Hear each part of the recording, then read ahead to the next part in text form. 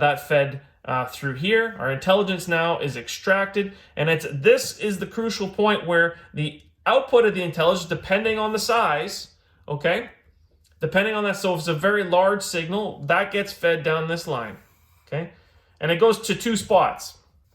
The next spot will be the squelch gate, which we'll talk about in a second, but the other spot is going through this IF amp AGC first stage, and it's just a comparator where we set a reference voltage here, and depending on the side, if this signal is very large, so the negative is more positive, this signal sent out here goes negative.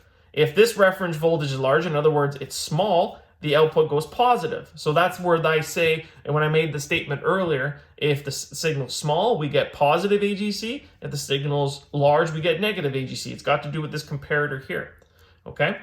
So the next part we're going to talk about is the squelch. Now the idea behind the squelch is if there's too much noise coming in here, in other words, the intelligence is not the intelligence, it's in fact just noise, we need to control what is getting amplified through this portion of the circuit, okay, or what's going to go through here.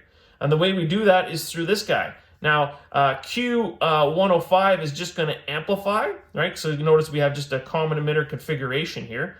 So he's going to amplify whatever that detector level was. Okay, so if it's a very large detector level, it's going to amplify. Very small, it's going to amplify. And then we go through some tuning. Now, these guys are normally tuned for about 8 kilohertz, okay?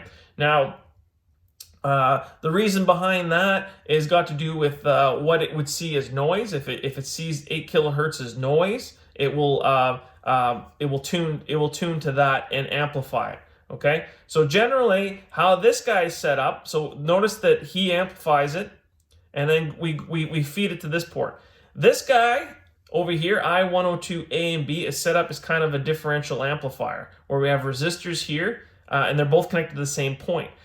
He is set up that the potential, he's set up so that if the potential here is very large, okay, or within that 8 kilohertz range, and he is whatever that he's set up to be a potential right here versus the potential on this side. If the signal is allowed to pass, he's set up, he'll be off and he'll be on, okay, or vice versa, he'll be off. So say we got something that got through here and we filtered out, I got 8 kilohertz, and it's a very large 8 kilohertz. Generally, most of the current will flow through B. He will be off, and he'll turn this guy off, I102C, okay? If it's the reverse, it's very small, he gets biased on and allowing the signal to go through, okay? So what we're talking about is we're filtering here that 8 kilohertz, and the size of that 8 kilohertz signal gets through here and either turns this guy, I102A or B, on versus off. If it's very large, it'll be off. If it's very small, it'll be on, okay? The idea behind that is if the signal's majority noise, if it's mostly all noise, that means we will get amplified quite a bit, and that means we want to turn it off. If he's mostly not noise and he's intelligence, this guy won't even see it, right? Because intelligence is not going to be riding at those levels, so you'll allow the signal to just run on through. Okay, so that's basically the squelch circuit in a nutshell. Again, the idea is we want to turn the output, we want to basically cut off going to the audio amp if it's just noise, and if it's the intelligence, we want it to pass. And we'll just assume at this point it passes. Then it goes into our next stage, which is the compressor. Okay, so here's our compressor circuit. And what we got in our first stage is this comparator circuit, which it's a little difficult to see at this point, but we do have a return. So this is from the squelch circuit. We got a comparator circuit with a bit of a feedback loop, okay? But the compressor, all the compressor does is balances the highs and lows, okay? And the way it does that is this feedback circuit that charges and discharges C146.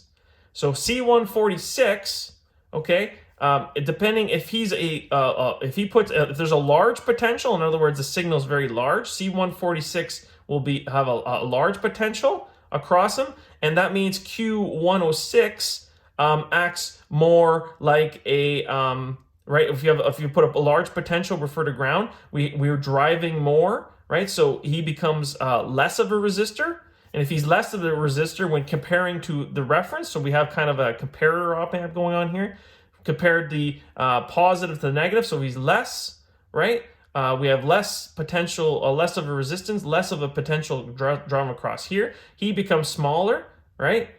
So the idea here is if it's a very large signal, that very large signal gets fed back, charges him to a great amount, reduces his resistance value.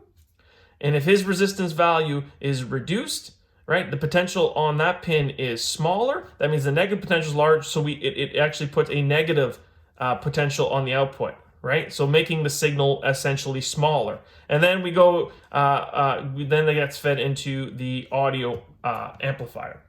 Okay, so that's how we control the size of the signal. So if the signal is larger, smaller, so if it's too small, for instance, he'll have less potential, he'd be more of a resistance, more of the potential will go across Q106 because he acts like basically a variable resistor.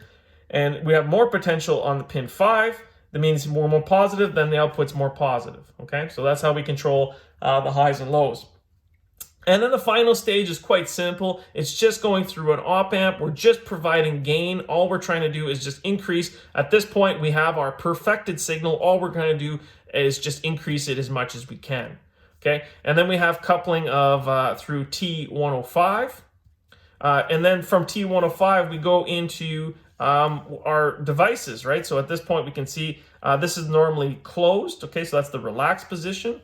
So it goes here, which is basically our audio headset or headphones, okay? There's another point here that's not being shown, but we can see that it does get eventually to the speaker as well through this line right here, okay? And then we have some speaker side tone stuff going on through here. But if that's shown on this side. But the idea here is at this point here, we have our perfected signal. Then we're just feeding the users of the circuit. So that's basically the receiver, the KY92 receiver in a nutshell.